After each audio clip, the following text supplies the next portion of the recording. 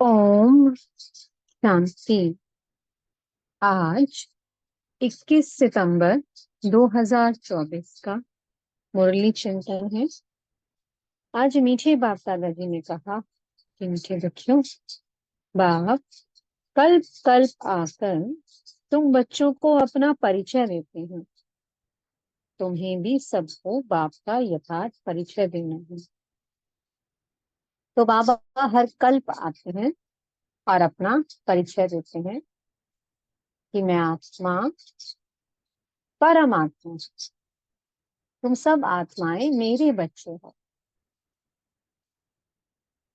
हम आत्माएं हैं और जो परम पिता है वो परमात्मा है। वो पूरे कल्प में सिर्फ एक ही बार आते हैं इस सारी दुनिया को जो पतित बन जाती है उसको पवित्र बनाने, सबको घर ले जाने आते हैं। और हम आत्माएं तो शुरू से लेकर अंत तक 84 जन्मों की यात्रा करके पाठ बजाती हैं। बाबा लास्ट के समय पर आते हैं। तो बाबा ने कहा कि अब सब बच्चों को मेरा सही से परिचय देना है, क्योंकि बाबा सबको ले जाने आ गए हैं ना। अब परिचय मिलेगा, सब बाबा को बाबा कहकर बुलाएंगे, तभी तो बाबा लेकर के जाएंगे, ऐसे थोड़ी ना ले जाएंगे। तो इसलिए सबको ये सेवा करनी है, बाबा का परिचय देने का। फिर बाबा ने एक प्रश्न किया कि बच्चों के किस प्रश्न को सुनकर बाप भी वंडर खाते हैं। तो बच्चे कहते हैं कि बाबा आपका परिचय देना ना बड़ा मुश्किल लगता है, आपका परिचय हम कैसे दें। तो बाबा को बहुत हैरानी होती है। अरे, तुमने मुझे पहचान लिया, तुम मेरे बन गए, तो क्या तुम बाप का परिचय नहीं दे सकते हो।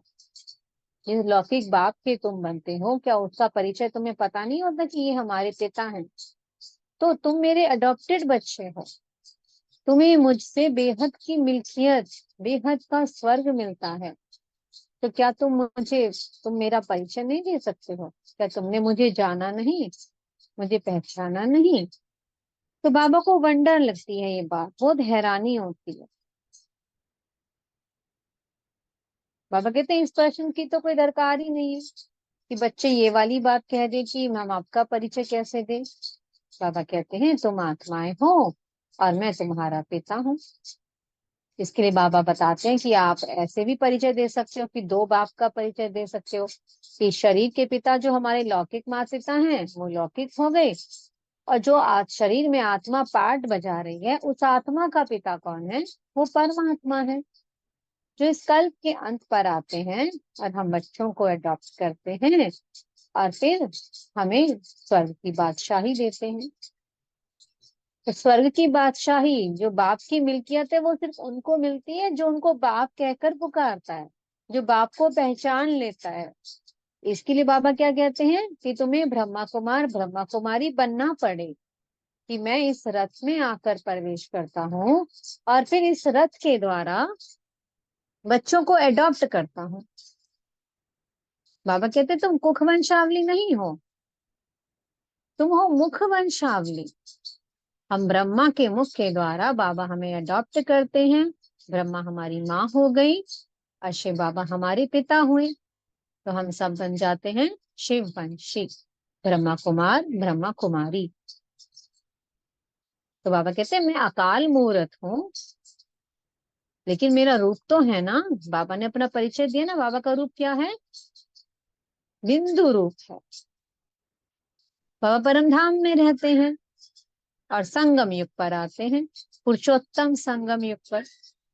एक ऐसा संगम जिसमें आत्माओं का और परमात्मा का मेला होता है। जैसे कुंभ के मेले होते हैं जहाँ पे नदियों का संगम होता है, और ये संगम युग कौन सा है, जहाँ पर पुरुषोत्तम यानी कि पुरुष मतलब आत्मा, आत्मा को उत्तम बनाया जाता है। आत्मा की चढ़ती कला होती है। आत्मा जो तमो प्रधान बन गई थी वो तमो प्रधान से तमो, रजो, सतो और फिर सतो प्रधान बनती है। तो ये यात्रा है आत्मा की, और ये यात्रा कैसे पूरी होती है, बाप को अच्छे से जानकर पहचान कर फिर उनको याद करने से। तो इसके लिए बाबा हमें क्या कहते हैं, मन मना भव का मंत्र देते हैं कि बच्चे आत्मा समझ मुझ परमात्मा को याद करो, तो इससे तुम्हारे पाप भस्म हो जाएंगे और तुम आत्माएं पवित्र बन जाओगी। तो जो हमारी स्टेज है सतो प्रधान बनने की, वो हमें मिल जाएगी। तो इसके लिए हमें बाबा को याद तो करना है ना।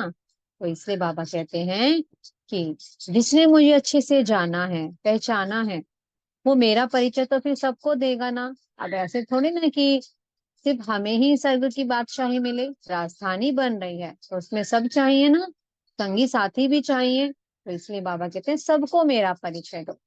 जो हमारे कुल की आत्मा होगी वो अच्छे से बाबा को पहचान लेगी और बाबा का बन जाएगी। तो इसलिए बाबा कहते हैं मेरा परिचय आप ऐसे अच्छे से दे सकते हो। दो बाप का परिचय दे सकते हैं हम।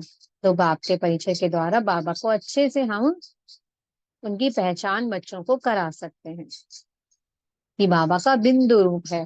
जैसे हम आत्माएं हैं, हम आत्माएं दिखाई नहीं देती, ऐसे बाबा भी नहीं दिखाई देते। उनको सिर्फ दिव्य दृष्टि के द्वारा देखा जा सकता है, जो फिर परमात्मा ही देते हैं।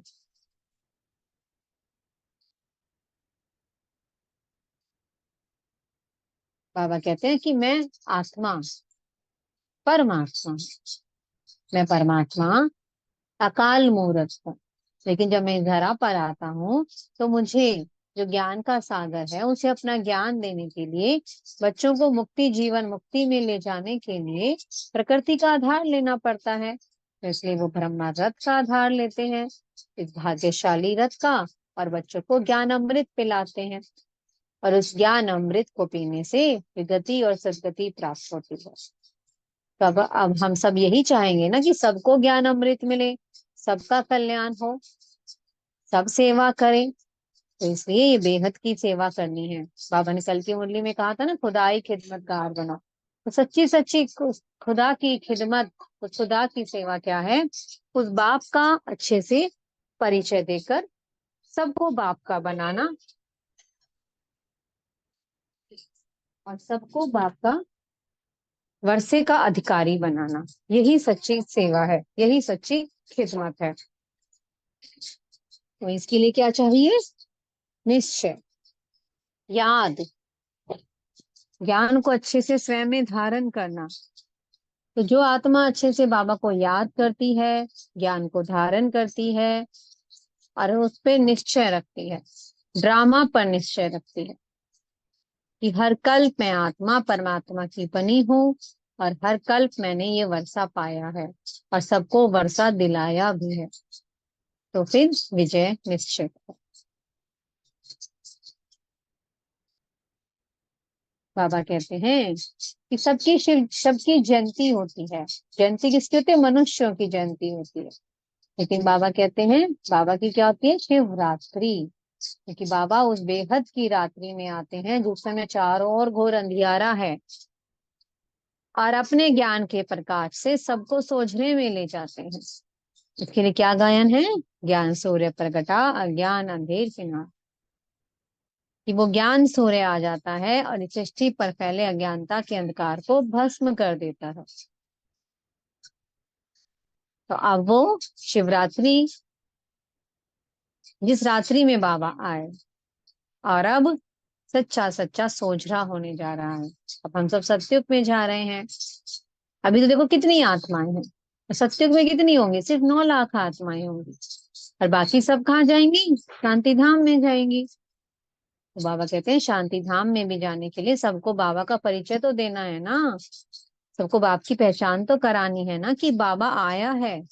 बाबा कहते हैं कि जब तक कोई पुकारे नहीं, कहे नहीं बाबा, तब तक मैं कैसे लेके जाऊं। इसलिए बाबा कहते हैं सबको अब बाबा घर लेके जाएंगे। इसलिए ये बेहद की सेवा हम सबको करनी है। आज बाबा ने कहा मैं धोबी भी हूँ। हमारे ऊपर जो 63 जन्मों की मैल चढ़ी, उसको साफ करते हैं बाबा। जैसे कपड़ों की धुलाई होती है ना, कपड़ों को साफ किया जाता है, वैसे बाबा हम आत्माओं की धुलाई करते हैं। उस योग अग्नि में आत्मा जब तपती है परमात्मा की याद में, तो उस याद से हमारी आत्मा की सफाई होती है। जो भी मैल चढ़ गया, जो धूल चढ़ गई, वो सब साफ होती जाती है। बाबा कहते देखो मैं तुम्हारा कितना श्रृंगार करता हूँ, लेकिन तुमने क्या किया, रावण राज्य में आकर सारा श्रृंगार गवा दिया, तो देखो कैसे बन गए। लेकिन बाबा फिर आते हैं कल्प के अंत पर, फिर से हम आत्माओं की सफाई करते हैं और हमारा अपने ज्ञान रत्नों से बहुत सुंदर श्रृंगार करते हैं, और फिर हम आत्माएं उस नई दुनिया में आती हैं, स्वर्ग में आती हैं। तो बाबा कहते हैं इसलिए मुझ परमात्मा को याद करो, मुझ एक को याद करो, मामेकम याद करो। तो जितना आत्मा इस उस एक को याद करने का अभ्यास करती है, अपने को आत्मा समझती है, उतना जल्दी जल्दी विकर्म विनाश होते हैं। बाबा ने आज कर्म अकर्म विकर्म की गति भी समझाई कि रावण राज्य में रहते हुए जो तुमने कर्म किए वो विकर्म बन गए, क्योंकि आत्मा जब देहभान में आकर के कोई भी कर्म करती है तो वो विकर्म होता है, क्योंकि देहभान में आने से काम क्रोध लोभ मोह अहंकार के वशीभूत हो जाती है आत्मा, और कुछ ना कुछ उससे विकर्म ही होता है। और लेकिन कर्म अकर्म होते हैं सतयुग और त्रेता में, क्योंकि आत्मा अपनी सीट पर स्थित है, अपनी आत्मिक स्थिति में स्थित है। जहां पर सत्यता है वहां पर हमेशा विजय होती है, वो हमें सदा सच्ची राह पर लेकर के चलती है, हमेशा हमसे सत्कर्म कराती है। और जहाँ झूठ होता है वहां पर हार ही होती है। तो जब रावण राज्य में आए, देवभान के झूठ में फंसे, तो हम देखो कैसे नीचे गिरते चले गए, नीचे गिरते आए ना।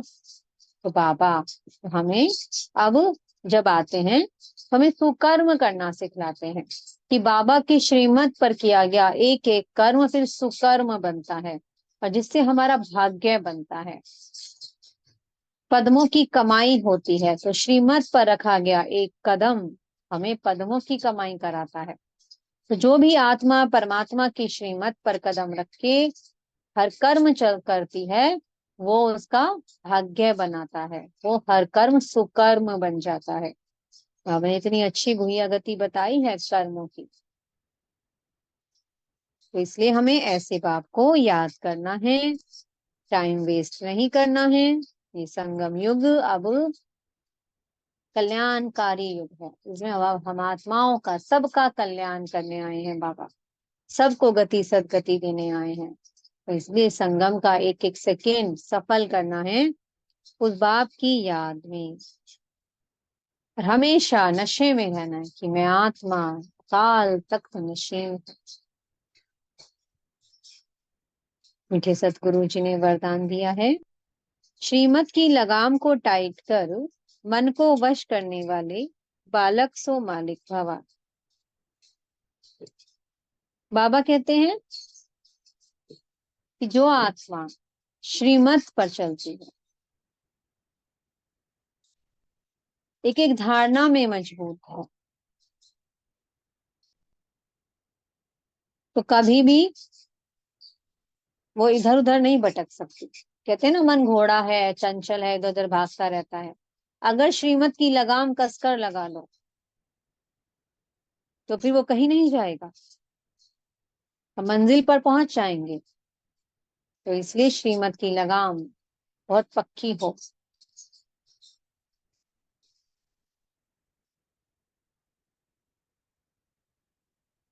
स्लोगन दिया है, सदा निश्चय हो कि जो हो रहा है वो भी अच्छा, और जो होने वाला है वो और भी अच्छा, तो अचल अडोल रहेंगे।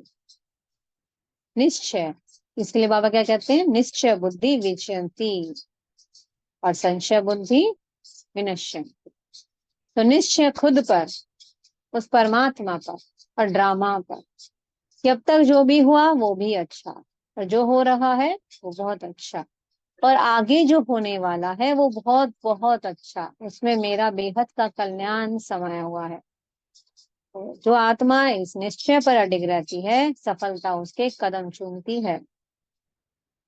ओम शांति।